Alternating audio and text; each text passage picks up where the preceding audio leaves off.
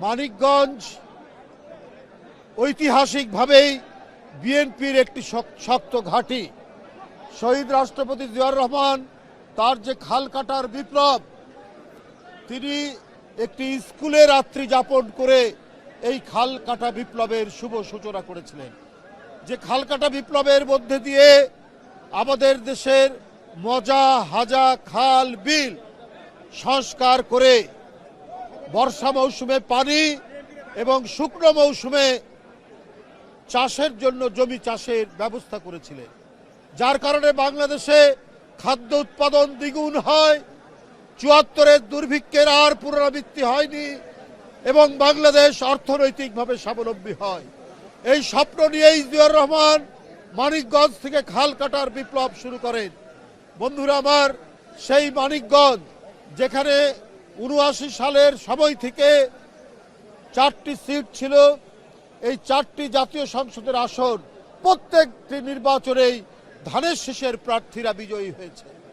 বন্ধুরা আমার, আজকে যিনি আহ্বায়ক আফরোজা খান রীতা আপা, তার বাবা বিশিষ্ট রাজনীতিবিদ এবং উদ্যোক্তা হারুন রশিদ খান মুন্নু এবং এই জেলারই অন্যতম আরেকজন কৃতি সন্তান খন্দকার দেলোয়ার হোসেন, যিনি ছিলেন বিএনপির মহাসচিব, তাদের নেতৃত্বে এই জেলায় যে ধানের শীষের বিপ্লব, সেই বিপ্লবের পতাকা রীতা আপা এখন সেটিকে ধারণ করেছেন এবং তিনি সেটিকে এগিয়ে নিয়ে যাচ্ছেন।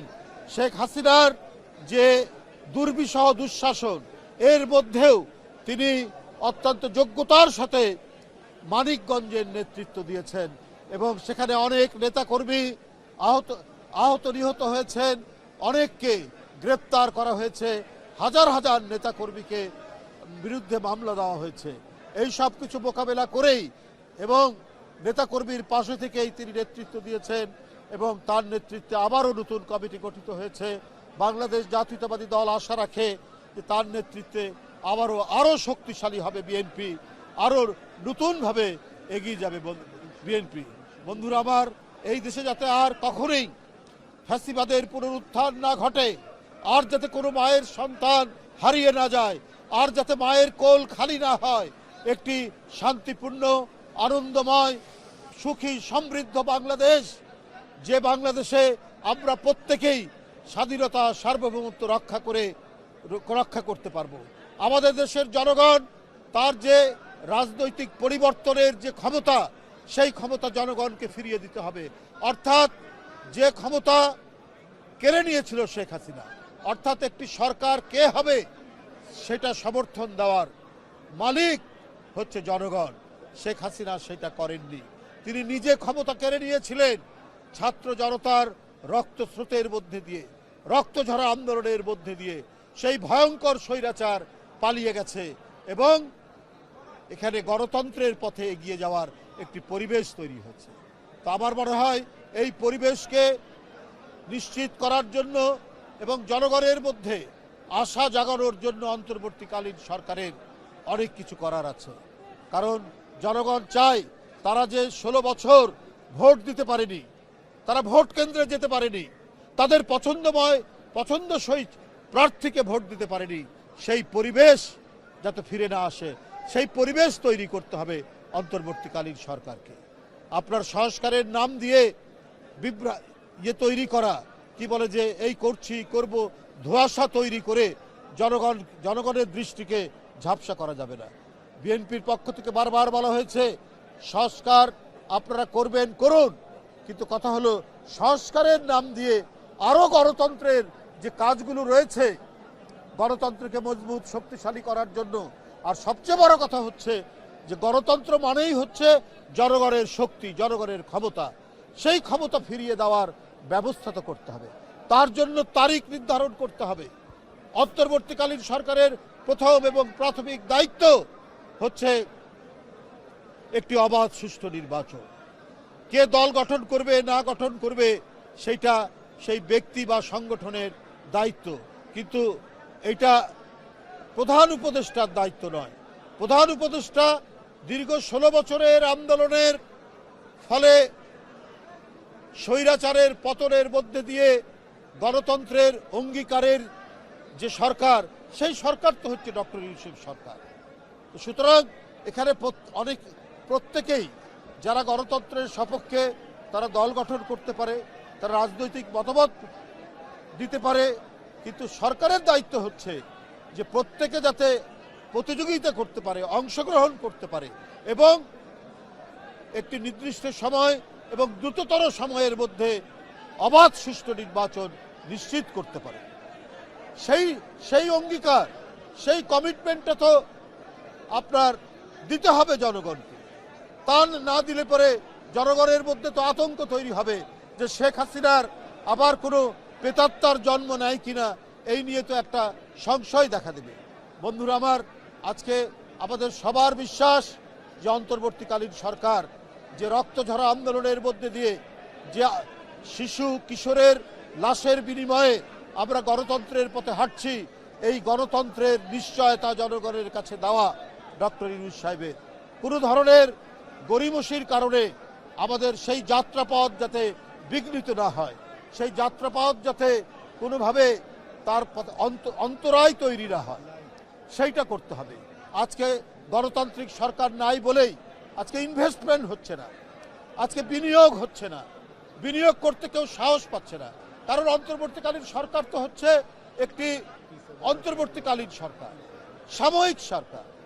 তো সুতরাং মানুষ একটা অনিশ্চয়তার মধ্যে আছে, মানুষ একটি ধোঁয়াশার মধ্যে আছে যে কি হয় না হয়। তাই এই অনিশ্চয়তা কাটানোর জন্যও তো আপনার রাজনৈতিক সরকার দরকার। জনগণের ক্ষমতার, জনগণকে ফিরিয়ে দিয়ে জনগণের ইচ্ছার প্রতিফলন সেই সরকারে যাতে ঘটে, সেই পরিবেশ দরকার এবং জনগণের কাছে জবাবদিহিমূলক সরকার ঘটে, সেটা একটি নির্বাচিত সরকারের মধ্যে দিয়ে। তাহলে আমাদের অর্থনীতির যে আজকে অনিশ্চয়তা, অর্থনৈতিক যে সংকট, আজকে বিনিয়োগ হচ্ছে না, আমাদেরকে বেশিরভাগ এখন বৈদেশিক ঋণের উপর নির্ভর করতে হচ্ছে। আমরা অভ্যন্তরীণ সম্পদ থেকেও আমরা বিনিয়োগ করতে ভয় পাচ্ছি। আমাদের প্রতিদিন আমাদের যে জাতীয় রিজার্ভ, সেই রিজার্ভ আবার কমতে শুরু করেছে। এইটা তো একটা কালো মেঘ, দিগন্ত রেখায় কালো মেঘ দেখা দিচ্ছে।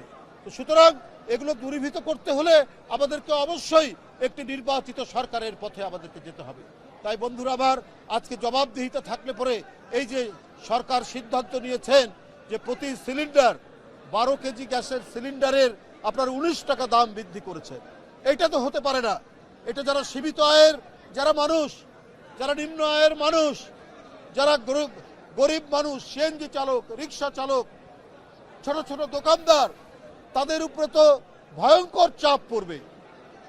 সুতরাং এই যে আপনার গ্যাসের সিলিন্ডারের গ্যাসের দাম যে বৃদ্ধি, অর্থাৎ যেটি গৃহস্থালিতে ঘরের কাজে যে গ্যাস জ্বালানো হয়, অর্থাৎ আপনার রান্নার জন্য যে গ্যাস জ্বালানো হয়, সেই গ্যাসের দাম যদি বৃদ্ধি হয় 19 টাকা প্রতি সিলিন্ডারে, এটা তো সাংঘাতিক ধরনের অর্থনীতির উপর একটা চাপ পড়বে, গরিব মানুষের উপর চাপ পড়বে। এটা সম্পূর্ণ অযৌক্তিক, এটা গণবিরোধী। আপনার নির্বাচিত সরকার থাকলে এই ধরনের পরিস্থিতি আপনার হবে না। আমরা গণতান্ত্রিক রাজনৈতিক দল অন্তর্বর্তীকালীন সরকারকে আমরা সমর্থন দেই, এখনো সমর্থন দেই, কিন্তু আপনার মনে রাখতে হবে আপনাদের সিদ্ধান্ত যেন গণবিরোধী না হয়, এটা গরিব মানুষ মারার কোনো সিদ্ধান্ত না হয়, সীমিত আয়ের মানুষ আরো বেশি নিপীড়িত হবে। এমনিতে প্রতিদিন নিত্য প্রয়োজনীয় জিনিসের দাম বৃদ্ধি পাচ্ছে, চালের দাম কমাতে পারেনি, যেখানে মানুষের মোটামুটি পেট ভরবে তার দাম কমাতে পারেননি, তার উপরে যদি আপনার এই সিলিন্ডারের দাম বৃদ্ধি করেন, সিলিন্ডার গ্যাসের দাম বৃদ্ধি করেন, এটা মরার উপর খাড়ার ঘা ছাড়া আর কিছুই নয়। বন্ধুরা আমার, আমি বক্তব্য দীর্ঘায়িত করব না। আমি আজকে মানিকগঞ্জ নবগঠিত আহ্বায়ক কমিটি রীতা আপার নেতৃত্বে যারা পুষ্পার্ঘ্য দিলেন, যারা এখানে ফাতেহা পাঠ করেছেন, সেই নবনির্বাচিত নেতৃবৃন্দকে আমি প্রীতি এবং শুভেচ্ছা জানাচ্ছি। আপনার এবং সাংবাদিক ভাইরা আপনারা অনেকক্ষণ এখানে অপেক্ষা করেছেন, আপনাদের সবাইকে আন্তরিক প্রীতি জানাচ্ছি। বৈষম্যবিরোধী ছাত্র আন্দোলন এবং বিভিন্ন রাজনৈতিক অঙ্গন যারা ছোট দল আছে তারাও দাবি করছে যে আওয়ামী লীগ নিষিদ্ধ হোক, আওয়ামী লীগ দল। তো আপনাদের দল কি আসলে চাচ্ছে একটু স্পষ্ট যদি বলেন। দেখুন, স্পষ্ট তো বলা হয়েছে সম্পূর্ণ, যারা অপরাধ করেছে এবং তাদের তো বিচার হতেই হবে, আপনারা সবাই জানি।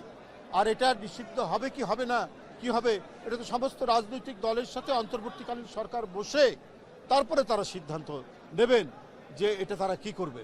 তো সেইটা তো বসে সিদ্ধান্ত তো এখনো নেওয়া হয়নি, এটা সিদ্ধান্ত নিয়ে তারাই ঠিক করবেন যে আওয়ামী লীগ কীভাবে তারা কাজ করবে। এখন তো তারা যেটা করছে, তারা সন্ত্রাসমূলক কাজ করছে, বিভিন্ন জায়গায় তারা মারামারি করার চেষ্টা করছে।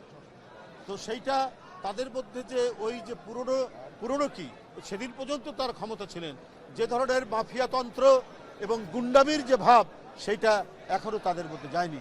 কিন্তু তারা রাজনীতি করতে পারবে কি পারবে না, এটা জাতীয় সিদ্ধান্তের ব্যাপার। ধন্যবাদ।